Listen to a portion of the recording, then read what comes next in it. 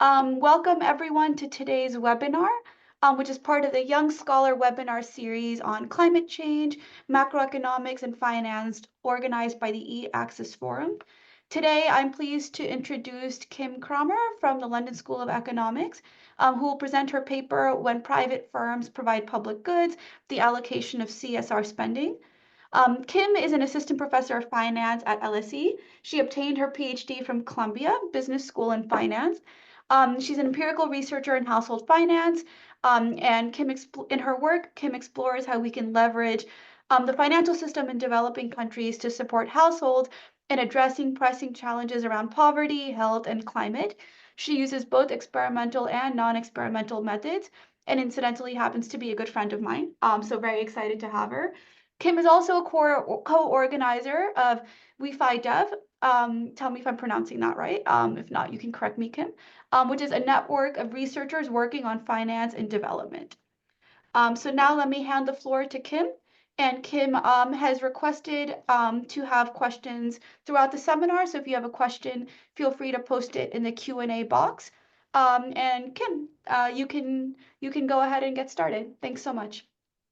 Thanks so much, Pari, and everyone for having me. My name is Kim Cramer. I'm really excited to talk with you about this project today. This is joint work with Lucy Gaden at Queen Mary and Noemi Binato-Tuati at Columbia.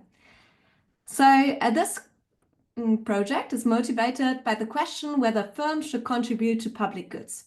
So by public goods, here we refer to health, education, or clean environment. And in a very famous article in 1970, Milton Friedman argued that no, firms should not engage in public good provision. All they should do is maximize their profits. And the key argument was that governments can simply tax firms and then spend these tax revenues as they wish, or shareholders can receive dividends and then donate these dividends to NGOs. So there's no role in the Friedman framework for firms to actually do anything besides maximizing profits. Despite this Friedman argument, now around the world, societies are demanding change, and they are demanding that the firms are stepping up and showing more responsibility. And in line with that, the firms have been acting primarily in the form of corporate social responsibility, or CSR activities. So CSR activities are basically defined as a firm taking some of their profits and allocating it to a social activity. 92% of the 250 largest global firms have CSR reports, and the Fortune 500 spend 20 billion annually on CSR activities. So as you see, there's a bit of a mismatch. Friedman basically says all that firms should do is maximize profits. As societies, we demand change, and the firms are following it. So there's a bit the question, what is the theoretical justification of firms stepping up? And so there's been a recent theory following Friedman that basically said that there can be a key justification for corporate social responsibility, and that is that firms may have a comparative advantage in producing public goods. So what do the theorists mean? They basically say that firms can use their own pro-profit production function. So imagine, for example, you have a pharmaceutical company. This company might be especially well equipped to build health centers. Or you have a food company. Then this food company might be especially good at producing nutritional supplements. So the key idea is that firms can use a pro-profit production function, and that gives them a comparative advantage. However, it's not entirely clear that if firms engage in CSR, that they would strictly follow what their own production function is about. The reason is that there are many other motives for CSR. So, for example, a firm might face shareholder preferences or consumer pressures, etc. So, for example, you could imagine that the shareholders of the pharmaceutical company have very green preferences, and thus they want the pharmaceutical company to spend on the environment instead of, for example, on health. So, despite this comparative advantage being the key theoretical justification for CSR, we don't have any empirical evidence whether firms use their comparative advantage when they do CSR. And the reason is that there was a huge roadblock when researchers tried to approach this question, and that is data availability. So while CSR has been increasing, much of it around the globe is voluntary. And that basically poses three data challenges. The first one is that there are very few CSR reports available. The second one is that there's selection into reports. So specific firms, for example, larger firms, they are going to be the one reporting. And the third issue is that there is no systematic reporting, which makes it very hard to compare what firms are doing across firms. In this paper, what we do, we are going to construct a novel and unique data set. This is the first CSR data of a quasi-universe of large firms in a major economy. So it really, for the first time, allows us to open that black box, what firms are actually doing. We are going to utilize an Indian policy that mandates CSR spending and, crucially for us, reporting for certain firms. We web scrape the detailed information that the firms are reporting to the government, and that's how we are going to build our database and we learn about their projects. This allows us to do two things. The first thing that we're going to do is we're going to empirically test for the comparative advantage hypothesis. And how do we do that? We are going to construct an index of technological proximity between firms' industry, which we are going to use industry as a proxy for their profit production function, and between this industry and social topics that they can invest in. We are going to build this technological proximity index using natural language processing, and I'm going to guide you step by step in how we're going to do that. This will allow us to test if firms spend more on topics with a higher proximity. And the second dimension that we are going to explore in this project is we are going to ask whether there is evidence of an equitable distribution. So in particular, are firms spending more on areas with low or with high social returns? We are going to speak primarily to two literatures. The first one is a theoretical literature for which we're going to test the key justification for CSR.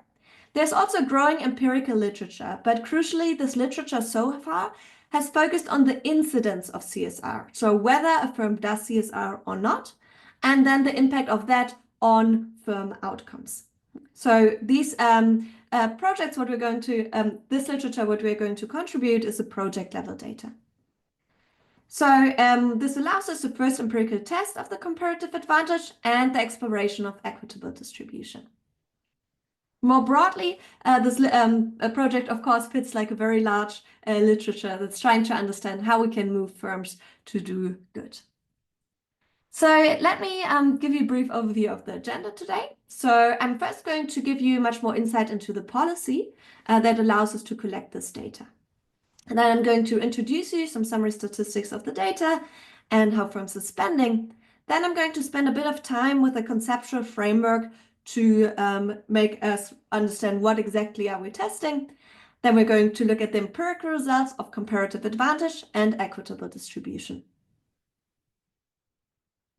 Okay, so let's start with the policy. So India was the first country that mandated CSR spending in 2013. And this was done by the Ministry of Corporate Affairs, or the MCA. India was the first country, but since then, many lower middle income countries have followed suit. So today we have similar laws in China, South Africa, Nigeria is discussing a law, Mauritius, Nepal. And the main goal of them is to ask firms to produce public goods. Now for the Indian policy, firms above a certain size threshold must spend 2% of their profits on CSR. They must set up a CSR committee with at least one independent director. And crucially for us, they're going to have to report annually on these projects. Okay? So these annual reports is what we obtained. In 2019, liable firms accounted for the 10,000 largest Indian firms, or 60% of the formal sector activity. So that means that a very large section of the economy was actually affected by this law. So the first thing I want to do is I want to just show you how that law overall affected CSR spending. Pari, was there a question? There was, but just quickly, do you have any data on enforcement? Like India is sort of notorious for having a lot of maybe corruption with the official state. So feel free to defer if you're going to talk about Yeah, that. yeah, absolutely. Yeah, I'm going to talk a little bit about that when I get there. One important thing is that we don't think that this policy was perfectly enforced, especially in this context. It's also not crucial for our research design, because what we really care about is not that the level of the CSR was perfectly at 2% or like some firms were not able to evade this. What we really care about is that they report their projects. And so we are going to look not at the level, but the allocation of CSR spending. So in that sense, I can tell you a little bit about whether there was some manipulation, but it's also not going to be crucial for these insights of the study. Okay. So I first want to show you a little bit more about the CSR spending that the policy induced. So we are going to use here firm level data. That's the key data set you use when you work with Indian data. It's called PROIS. And it's very comprehensive.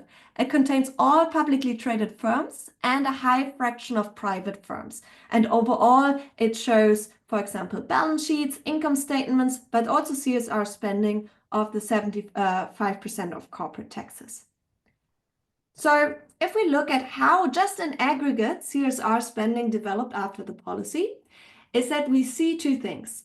The first thing is that before the policy, there was already quite a lot of CSR spending. And this is because India already has a very rich history with these kinds of spendings. But then in 2014, we see that the spending actually tripled. And to give you some idea of the magnitude, in 2019, the total CSR spending was around 2.3 billion US dollar, 0.1% of the Indian GDP, and 2% of the Indian government development spending. If you look at corporate philanthropy in the US, it's also around 0.1% of the US GDP. Now, if we split this up by who is the spending coming from, we can basically define liable firms, so those which are above the side threshold, and those which are the non-liable firms, those which are below the side thresholds. And on the y-axis here, we have the CSR spending over average profits.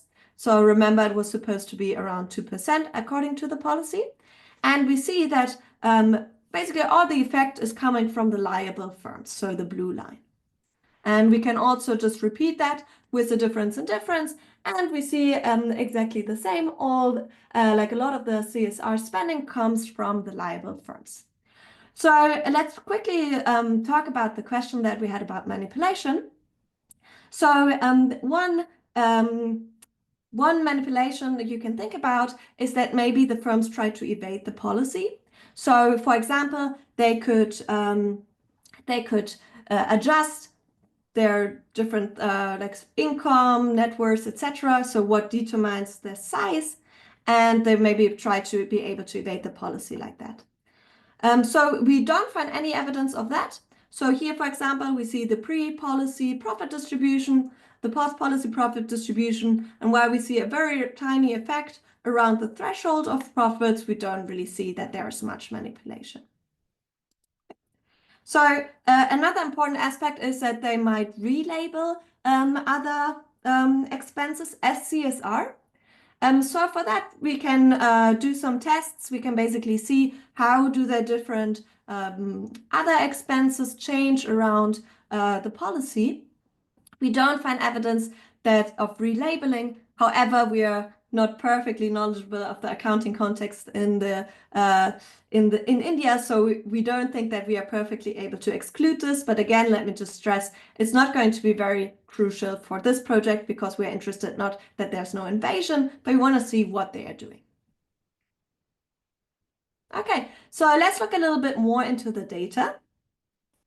So here now, we are going to use this novel project level CSR dataset, the MCA. So this MCA this data we web scraped, and it is going to show us the amount of spending. Then we're going to have crucially a textual project description of the projects. We're going to know what kind of topics these projects are about, so health or hunger, for example, and we're going to know where these firms are spending in terms of one of the 35 states in India. Then we are going to combine that with firm level data from PROAS that I already showed you. This time we're going to use PROAS because we want to learn about the production function of the firms. And so we need their industry code. It's not in the MCA data, so we merged it with the PROAS data to obtain the industry code. And then we're going to have a textual description of these industries from the National Industry Classification of India. After we merge this data on firm IDs, we match around 61% of the firms and 91% of the CSR spending, such that in our final sample, we have around 6,600 firms, 71 industries, 16 topics, and 35 states. As you can see, we are primarily matching the larger firms because those are the ones which are in PROAS. Okay, so let's have a look for the first time what firms are actually spending on. So we see that this is a list of topics that the government says that the firms can spend on. And the first thing we see is that they're spending a lot on education and on health. But they are also spending on topics like infrastructure, environmental sustainability, vocational skills, tech incubators, livelihood enhancement, sanitation, hunger and malnutrition, safe drinking water, vulnerable populations, emergency relief, sports, women empowerment, agroforestry, and animal welfare. We can, for example, compare this with what the government is spending on. We see it's actually in many dimensions relatively similar. So, for example, the government is spending a lot also on education, but also on health or on infrastructure. Okay, so now before we go into the empirics, and I'm going to show you evidence of comparative advantage or whether the spending is equitable, I want to set up a conceptual framework so we all know what exactly are we identifying. Okay, so let me start setting this up. We're going to ask how firms allocate their CSR spending. We're going to have a firm F, and these firms allocate an exogenous amount, capital E, on CSR across different projects P via shares. So they allocate shares of their overall CSR spending. These shares are denoted by SFP. These projects are going to be defined on two dimensions that we observe. On the topic dimensions, so for example, health or hunger, and on the location L, which is a state. Every project is going to have a production function. And here we are going to have, crucially for us, a productivity parameter alpha, and we're going to have diminishing returns to scale. So G is how much of that project is produced. Alpha is how good is that firm at producing that good. And then SFP times E is how much are they spending on it. We define that the firm F has a comparative advantage in producing a project P relative to another firm F prime if they have a larger productivity parameter. So for example, the pharmacy firm might be better at setting up a health unit than a food company. Now let's think about two scenarios. Let's think about the socially optimal allocation, and then let's think about the elephant in the room, which is the privately optimal allocation. So let's start with the socially optimal allocation. We're going to have a social welfare function that's going to be a function of all the different projects. So W here is our welfare, G was how much of that good is produced, and then that is basically summed over the different firms. Gamma is going to be how much as a society we are going to value that good. So for example, how much do we value spending on health or education or clean environment, or how much do we value spending in a certain location. This is going to give us the socially optimal allocation, a star, which crucially is going to depend on how much as a society we value that good, so gamma, and how the firms are, how productive these firms are at producing it. Based on this, we are going to define allocative efficiency as conditional on a project type. Firms with a higher comparative advantage in their type spend more on it. So what that basically means is that if a firm is better at doing something, doing a project, then we would expect it to spend higher shares. Now, obviously, the firms have their own interest at heart. And let me tell you how we think about that. So firms are going to get utility from the project they're going to produce. So U here is the utility of the firm. G is again how much it produces. And then beta is going to capture how much a firm F values a project P. That could be because it helps it to maximize profits. For example, it might be that the shareholders really want the firm to spend on something. And if they follow that, then they will be able to gain access to cheaper capital. It might be because consumers are demanding a certain behavior from the firms. Now, this is going to give us a privately optimal allocation. So the firm is going to allocate its shares based on the one hand, how good they are at producing it, but on the other hand, also how much as a firm are they valuing that project. Now, the allocative efficiency, which basically means that firms are spending more on things that they're good at, is going to hold if the distribution of firms' preferences, so if beta, is sufficiently correlated with the distribution of the comparative advantages. What that basically means in plain English is that the firms value projects that they're also good in producing. So how do we link this with our empirics? The first question we're going to ask is CSR spending allocatively efficient? Do the shares increase with how good firms are at producing it? And so here we're going to develop this proxy for how good firms are at producing it by the technological proximity index that measures the distance between a firm's production function and certain topics. Now, the second question, whether CSR spending is equitable, basically refers to the test whether the shares increase with the social return. And it's really hard to know social returns to certain topics. So it's really hard, for example, to quantify the social return of a health project or education project. But for what we have a really good idea is geographical allocation of spending. So we might know that a certain area is poorer than another, and that means it would potentially be higher returns to investing there than somewhere else. Harry, you have a question? Or there's a question in the chat?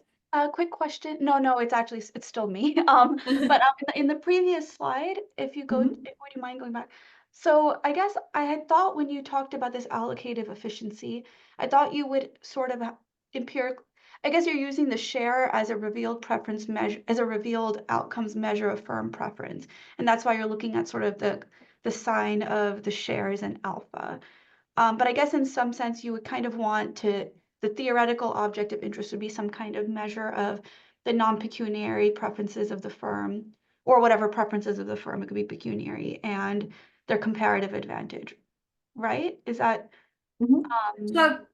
So what we are going to have is this technological index of proximity, right? So in a way, this is it's very hard to. So I'm going to show you based on that how the firm reacts. It's going to be extremely hard to disentangle whether the firm behaves this way because of alpha, because they're good at it, right? Or because they have a preference for things that are close to their own production function. I'm going to show you some evidence to disentangle that. But for now, I would ask you to think about this basically as the mix of the two. Okay. Yeah. Okay. Okay, so let's get started with the comparative advantage. So do firms with a higher comparative advantage or higher alpha in a topic spend more on that topic? So we're going to proxy for comparative advantage using the technological proximity between a firm's production function, proxied by the index, and a topic. So for example, a pharma company should spend more on health centers than on nutritional supplements. We are going to, in order to measure a distance between the industry and the topic, we're going to use a text-based proximity measure. So we're going to utilize two types of text. The first one is going to be an industry description from the industry classification texts. So here on the left-hand side, you see an example while we focus on two-digit industries of the firms. For the texture analysis, we're going to utilize all the granular industry description. And then for the topics, to learn about them, we are going to utilize that the firms themselves are reporting on these topics. So we're going to utilize the text that these firms use to describe their projects. So say, for example, we're interested in health, then we're going to utilize all the descriptions of the health projects. And this gives us two bodies of text, for the industry and for the topic. Now, to measure the proximity between two texts, we're going to reinvent the wheel. We are basically going to use a plain vanilla natural language model of the word2vec. This model maps 3 million words into a 300-dimensional vector space, and it's partly trained on Google News. The idea is that similar words have similar coordinates. So let's imagine, for example, we have 2 dimensions. On the x-axis, we have vocational skills. On the y-axis, we have health. And then we have a word in the industry description, which is medical. And we have 2 words in the topic descriptions, which is checkup and job. Now, because checkup and medical is related, it's going to be very close in terms of their coordinates. And job is a little bit further away in the coordinate system.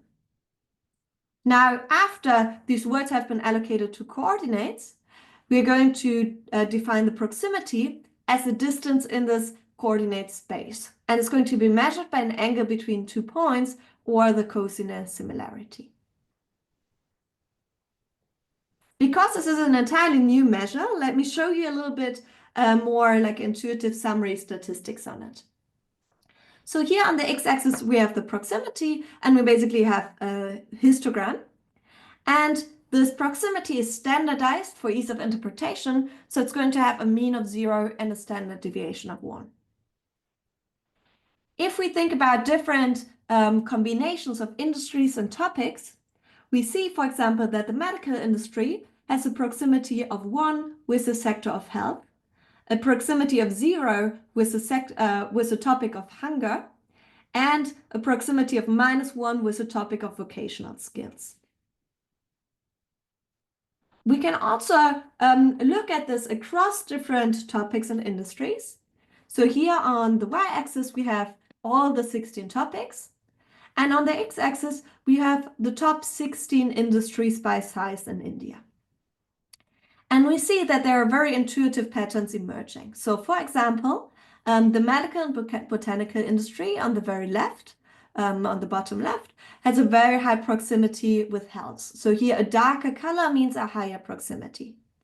Or wholesale trade on the very right, on the top, which includes food companies, has a high proximity with hunger and malnutrition. We also see other intuitive patterns, for example, information provision with education, or IT and consultancy with tech incubators. And this provides us with some confidence that our technological proximity indeed captures how close industry and topics are.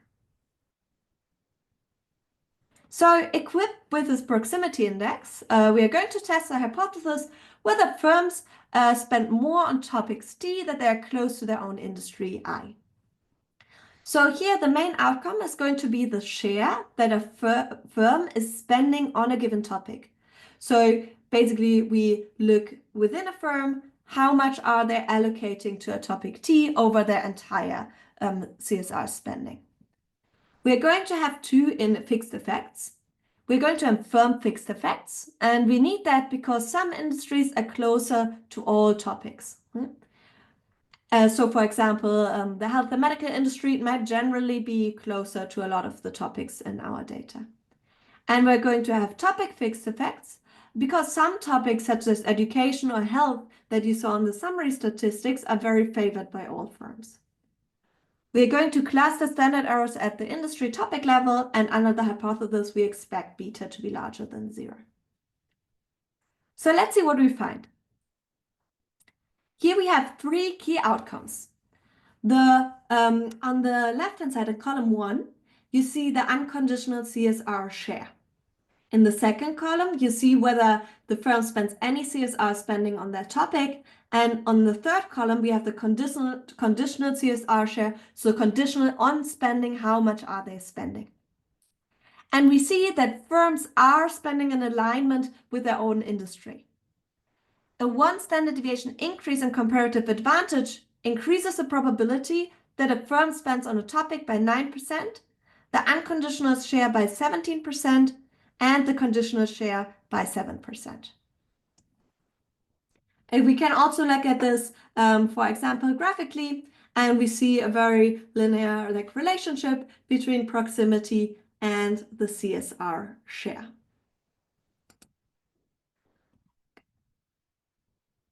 We have a lot of, the results are very robust. So we can look at, for example, different specifications. So here, for example, we have on the top, the dark blue is our main specification. We can define our proximity measure in different ways. So for example, before what we do, we're going to measure the distance between every project and a given industry. And then we take the mean. We can also aggregate up over all projects and then measure directly the distance between this large aggregation of projects and the industry. We can cluster standard errors differently, and we did an extension where we don't use Word2Vec, but the OpenAI language models, and we see that, oops, no, we see that, okay, no, that did not work, sorry. We see that they are very robust. Yeah. Okay, so we also can do a couple of different tests. So for example, we can look at firms that have very similar products. Are they also spending on similar CSR topics? One concern with our results might be external validity. So in particular, a lot of the spending across the world is voluntary CSR. However, in this setting where we're going to utilize a mandate because it allows us to see what the firms are doing. And so one test that we can do, we can basically see within this mandate, there are some firms that are still doing more than they need to. So in particular, there are some firms who are already spending more before, before the CSR mandate. And then there are some firms after the mandate which spend more than the 2% that are required. And we find very similar effects for those firms who are spending voluntary to those who are strictly maintaining within the mandates. Okay, so I showed you that firms are spending on closed topics. However, there is a question that arises from the conceptual framework. That is whether firms spend more on closed topics because they're good at it, so because of the alpha parameter, or because they get private benefits from these topics, and these private benefits are correlated with alpha. So in other words, they value a lot what they're actually good in producing. So one note is that conceptually it does not matter, because all we care about is that they are actually spending on things that they are good at. However, it's of intrinsic interest to understand the motivations of the firm. We have some suggestive evidence that alpha matters beyond beta, so that the productivity matters beyond what the firm values. The first aspect of our data that we can leverage is that firms have two modes of implementation of these projects. They can either directly implement them, or they can indirectly collaborate with an NGO and donate to that NGO. If the production function truly matters, so if alpha truly matters, then what we should see is if they have a higher proximity, then they should be more likely to directly spend and less likely to donate to an NGO. So that's something that we see. Good question, Kim, on this. I'm just trying to think of this point that you wrote conceptually, it doesn't matter. In some sense, I guess I was thinking it might matter because if they get a lot of private benefits, then you might not need the government mandate for CSR, right? It sort of matters from a policy standpoint, not from like an identification or empirical standpoint. Is that right? Yeah, that's a very good point. Yes, you're completely right. So actually, if there would be a lot of private benefits, right, then we don't necessarily need, for example, the firms to care about social returns. They might do it on their own. And a lot of the literature, more broadly, is about how can we create these private benefits, right? Like how can we, for example, allocate capital? How do firms or like how do investors or banks allocate capital in a green way such that basically the private benefits of the firms are increasing? Yeah, absolutely. Okay. A second aspect of the data that we can leverage is that firms face different exposures to different stakeholders. So I was already talking about the investors, but for example, they might also face pressures from employees. So employees want them to spend on certain things, consumers. So it could be that a firm is very upstream or very downstream. So if it's very downstream, then the consumers might have a lot of influence on the firm's behavior. Or the government might also have some strong preferences in how this CSR spending should be allocated. So if alpha matters, so if the productivity matters and only the private benefits, then the proximity should also matter for firms that are less exposed to these pressures. So if we look at here we can look at some heterogeneity splits. So on the left-hand side, you have these the government, consumers, employees, or investors, and then we basically have different splits according to how exposed these firms are to these different parties.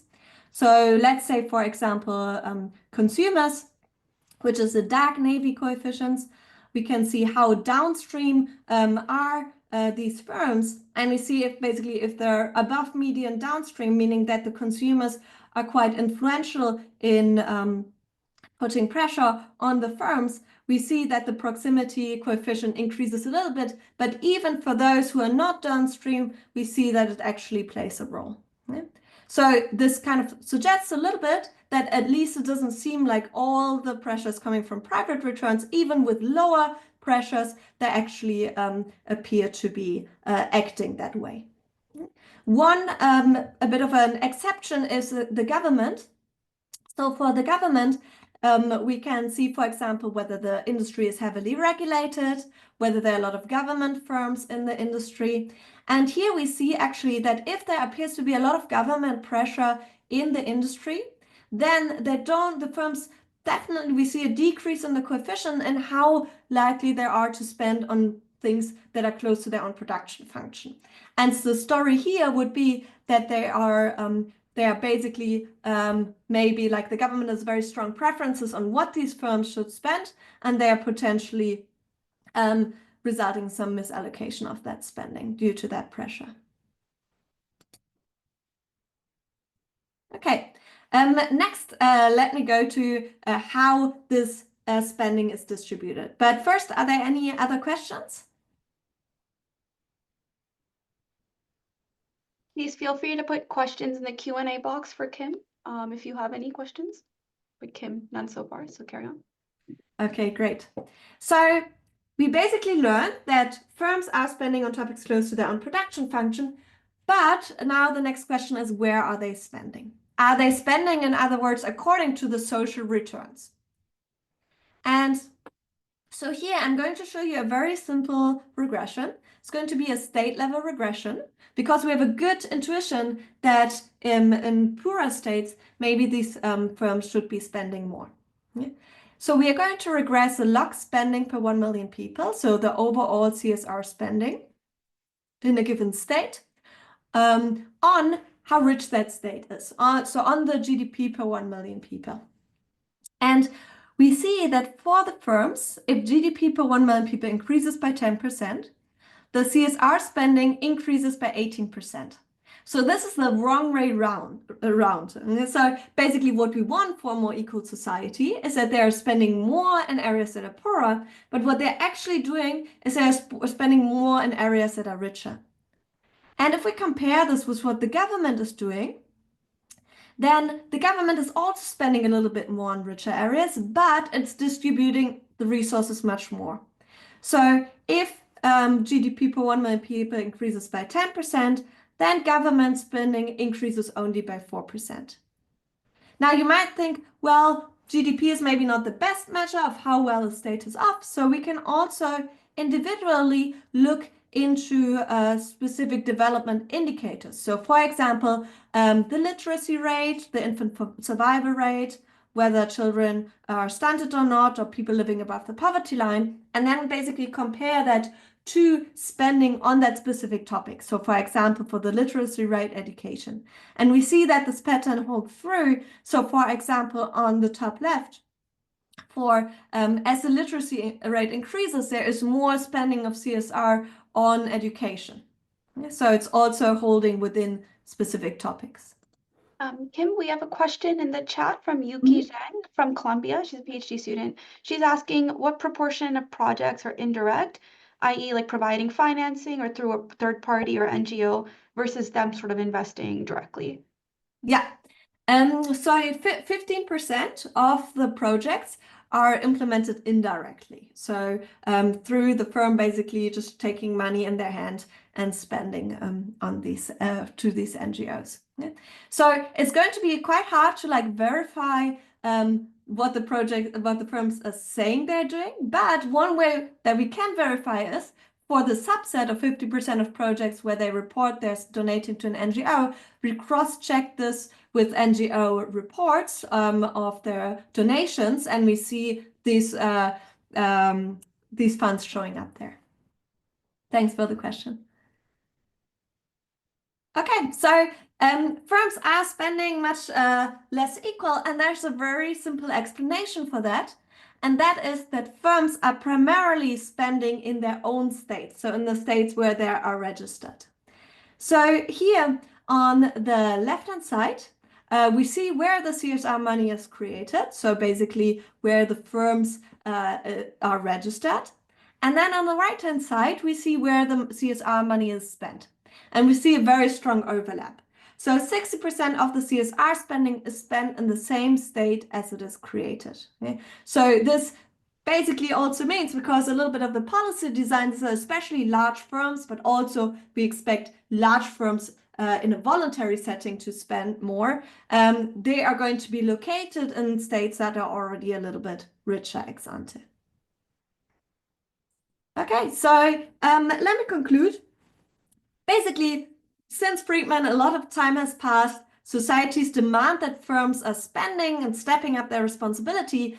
CSR is rising, but the key theoretical justification so far that firms are using their own production function did not have any empirical evidence. There was this main roadblock because of the lack of the data. And in this paper, we provide the most comprehensive data on CSR projects we have seen so far. We learned that firms use their comparative advantage, whether it's of private benefits or of productivity, is still outstanding, but there appear to be equity losses that we need to be aware of if we decide that firms should be the ones spending on public goods. So thank you so much, everyone. Thank you for your questions and for your time. I'm happy to stick around if there are more questions. Thank you so much for having me. Perfect timing. Thanks, Kim. So now the floor is open for more questions. If you want to post it in the Q&A window, the function is at the bottom of the Zoom. You may also use the raise hand function if you'd like to ask Kim the question yourself. I have one question that I'm going to start with while we let people chime in. So if you were to redesign the CSR policy to try to have more of a correlation between comparative advantage of social return, how would you try to do it? Like, are there obvious tweaks to the policy, or is it actually kind of not so straightforward? I don't think it's straightforward because the equity results I showed you, that might actually be good for efficiency, right? So you could think that, yes, these firms are spending super locally, but there are a lot of reasons why this might actually, at least from efficiency standpoint, be a good thing. So for example, they might really know the social needs of the surroundings. They might have lower transportation costs, less language barriers, etc. So there are a lot of reasons why we potentially don't want to actively change where they are spending, right? So I think it's going to be very tricky to tell the firms to spend in different areas. I think one way that policy could be a little bit more adjusted is that you can target specific populations within that location. So say, for example, there's a firm in a medium-sized city then you could say, well, instead of just completely letting the firms freely choose between the topics, you might say that they must spend a certain fraction on vulnerable populations or populations living in disadvantaged areas. Great, awesome. We have another question in the chat from Abel Gonzalez, who asks, what do you find about firms' ex post outcomes? Probably something along the lines of profitability, et cetera, earnings, conditional on CSR spending. Mm-hmm. So in this paper, we don't focus on the effect of the incidence of CSR on firms. However, there have been other papers that have been looking at it, also for this policy. So what they find is generally a bit of a negative effect. So they basically investigate the stock market reaction after the policy. And so the stock market price decreases.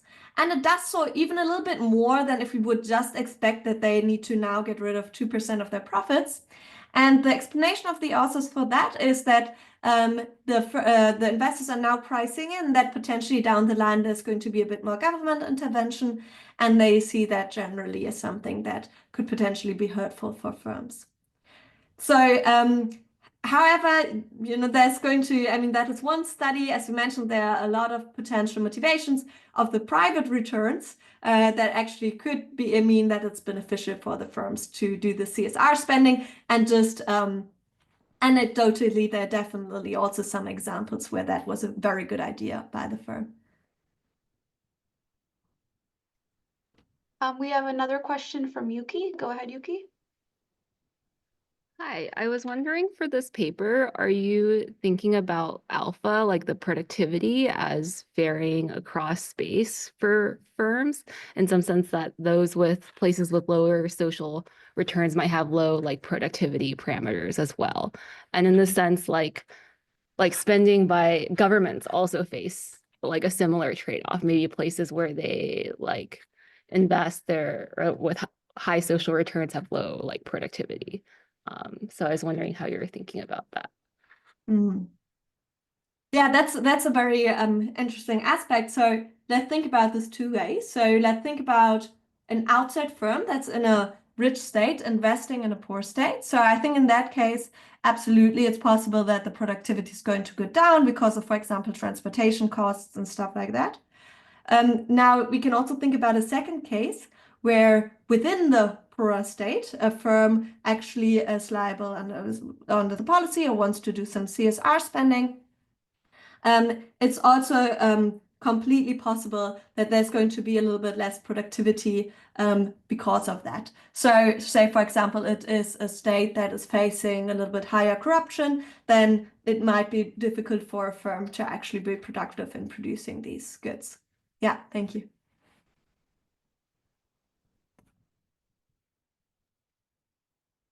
We have another question in the Q&A box from Fauzia Uniarti. She asks, how important do you think a government mandate is to set a minimum allocation of CSR spending from a company's revenue or net profit?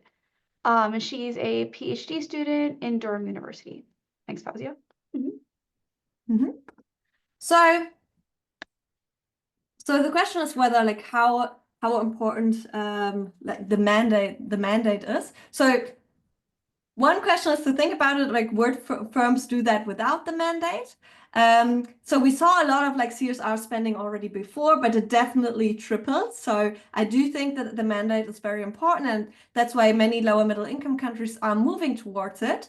For a bit of context, in a lot of these countries, it's very difficult to raise taxes, which basically is an alternative for governments to produce public goods, raising taxes and then spending it. So the mandate is a very powerful tool here. And then I think I also heard a little bit in your question, like how that actually then affects the firms. And again, it seems to be, at least from the stock market, be perceived a little bit negatively. Just kind of a related point, Kim, that I've been thinking about as you're talking. Like, in some sense, this may free the capacity of the state. I saw your hand. You can ask in a second. This may free the capacity of the state to focus on those really high need areas where firms don't have a comparative location. So they can kind of invest less in the richer states because the firms can kind of take that on. Do you see that kind of endogenous reaction? I know you haven't looked at that explicitly in this paper, but is that something you think might be happening? So actually, we did look into that. So one test. So it's basically the question: are these firm-like activities crowding in or crowding out government spending, right? Yeah. Now, so it could be that now that there's more firm activity, government spending goes down, but then the government can put these resources to use in other settings, in other states. So what we did is we basically reframed our difference in difference on the firm level on a difference in difference on the state level. So imagine a state would be treated or have a high probability of being treated if it has a lot of overall profits in the state that are liable to the mandate. And we don't find any evidence of crowding in or crowding out of government spending, either in total or in certain topics. However, I would be extremely cautious with that result because there's very little variation because there's basically just 35 states. So I would be very cautious with that, but we don't find any evidence so far. One explanation for that could be that there's a lot of inertia in government spending. So we see it 5 years after the policy, but still it's possible that the government just takes longer to adjust their budgets to reflect that. Great. And then Meha, you had a question? You can go ahead. Hey, sorry. 1 second. Okay, yeah, we're okay.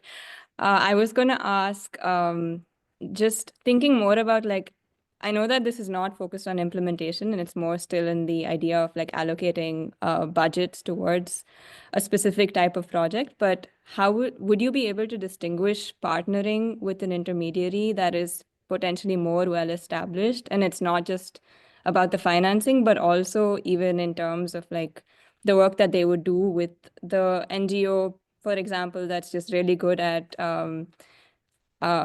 education across the country or just like areas like that? Is that something that's easy to distinguish? And maybe how are you thinking about that?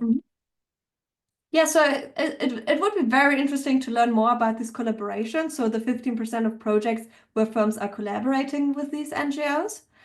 So imagine, for example, you have a firm in an industry that's relatively far away from all these social topics, right? So think, for example, maybe like a steel company or something, right? Like they're really far off things like education, health. Maybe they're a little bit like related to environment, but there are many things that they can't really relate to. So for them, we basically like it could be that like it might be a little bit more efficient if they go to NGOs and like basically utilize an expertise that the NGOs have already built. So that is possible. Another way to think about this collaboration between firms and NGOs is that firms might not only provide money, but they might also have some expertise themselves, but the NGO have the implementation strength. So for example, the firm might have a lot of knowledge about a certain thing, and then they just ask the NGO to distribute it. So there could be a bit of a work split between them. Yeah, that makes sense. Thank you. Amazing. Are there any other questions for Kim? Feel free to put a question in the chat box or in the Q&A box, or raise your hand. Okay, I think in that case, let's wrap up. Thank you so much to Kim Faye Cramer for a very interesting presentation, and thanks to the audience for such an engaging set of questions. Kim, if you have any other papers you'd like to plug, I'll give you a second, but no worries if not. Okay, thank you so much for the opportunity. Excellent. Awesome. So our next webinar will take place on March 24th. We're going to have Jeffrey Sun from the University of Toronto, who's going to present his paper, The Distributional Consequences of Climate Change, Housing Wealth, Expectations and Uncertainty. Thank you so much, everyone. Thanks, Kim. All right. Thank you. Bye. Have a good day.